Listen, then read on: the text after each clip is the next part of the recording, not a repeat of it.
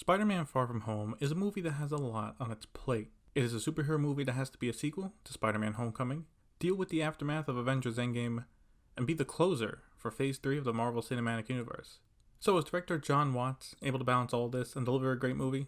The answer is yes. Far From Home takes place shortly after the events of Avengers Endgame, where the world is dealing with the reverse of the snap, called the blip. This changes a lot of people's lives as people have lost their homes, loved ones have moved on, and people are now in your grade when you last saw them as a kid.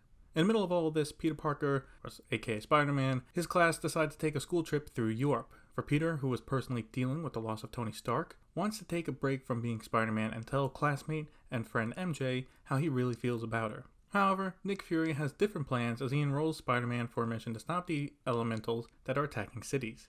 Among the team assembled is Quentin Beck, or Mysterio, who is from the original universe where these elementals are from. Without going into much more of the plot, Far From Home is great from start to finish. There are a lot of twists and turns in the story to keep you engaged throughout, and there are also a lot of character moments that really add some depth to the characters. The highlight of these are the ones between Peter and Quentin, as they both have a level of respect for each other. MJ is also given time to shine and is in a much more active role than Homecoming. Jon Watts is able to balance everything the movie needs to be with ease. The movie, for the most part, is very funny, and like Homecoming, feels like a high school movie with superhero element. On the other side though, when the movie needs to be serious, it does so and it feels real. This is brought together by the standout acting from Tom Holland and Jake Gyllenhaal, who both kill it in their roles. As for issues with the movie, I feel the after effects of the blip should have been explained in more detail.